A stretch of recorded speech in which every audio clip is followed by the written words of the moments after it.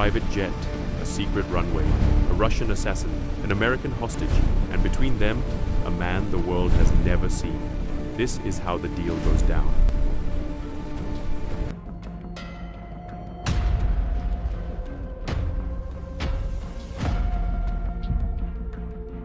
Ankara, Turkey, August 2024. The world watches two wars, a fractured global order, and a new kind of diplomacy. One conducted not in embassies, but on tarmacs. In the shadows of the old Cold War, a new trade has emerged. The currency is human beings. The brokers are invisible. He is not a diplomat. He is not a spy, not anymore. For 2 decades, he served in the shadows of the CIA, running assets in places where getting caught meant a shallow grave. Then he left, built a quiet life, until the phone rang. On the other end, a desperate family. A journalist had been taken. The US government said they were doing everything they could. They weren't. So he picked up his old skills and did what no one else would. He is up against 2 governments who do not trust each other, 7 intelligence agencies, a Russian assassin serving a life sentence, and a clock that resets every single day. He starts with a single message, encrypted, untraceable. It travels through 3 countries before it lands. The recipient is a man he's never met, a fixer in the Gulf who owes no allegiance to any flag. The message is simple: I need a channel. No questions. The channel opens. The fixer in the Gulf reaches a man in Moscow.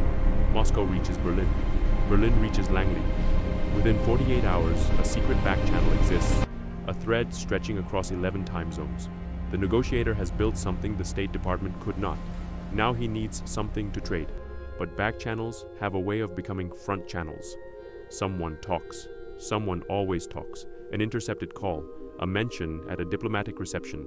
Word reaches the wrong office. The Russian FSB now knows someone is negotiating outside official channels. The CIA knows the Russians know. And somewhere in a Lefortovo prison cell, the man at the center of the trade, a convicted assassin, waits. His name is Vadim Krasikov, and he is the price. Here is the equation. On one side, an American journalist, an ex-Marine, and a Russian dissident. On the other, an FSB assassin. The math is brutal. The logistics are worse. July 2024, the deal is set, but the negotiator discovers something no one told him. Krasikov, the assassin, is not just a prisoner. He is a protected asset. Someone inside the German system doesn't want him moved. The negotiator has one call to make: pull the plug or push forward, knowing the ground is shifting beneath his feet. He makes the call. The planes are already in the air. There is no going back. The German Federal Intelligence Service denies the delay. The White House issues a carefully worded statement. Moscow says nothing at all, and in Ankara, the negotiator waits. No one is coming to help. The negotiator checks his phone. One message from the fixer. They're asking questions, not the deal, about you. He understands immediately. He is no longer the broker. He is now part of the equation. The walls are not just closing, they are already here. August 1st, 2024, Ankara Airport. 3:47 a.m. 2 planes, 2 governments. Prisoners who have never met each other, traded across a painted white line on the tarmac. The negotiator watches from the terminal window as Evan Gershkovich steps out of one plane, and Vadim Krasikov steps into another. The deal is done. He got out alive. Barely. Within hours, the footage airs worldwide. Freed prisoners embrace their families on American soil. A Russian assassin returns to a hero's welcome in Moscow. The negotiator disappears from the story entirely. Months later, a leaked diplomatic cable reveals the true scope of the operation.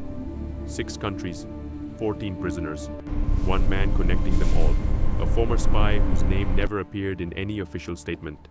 The negotiator had done what governments could not, and they let him vanish. This is not just a story about one deal. This is the new architecture of global power. Hostage diplomacy, prisoner diplomacy, human beings as leverage. Since 2018, the number of foreign nationals detained by hostile states has tripled. The negotiator in the shadows is now the most important diplomat in the world.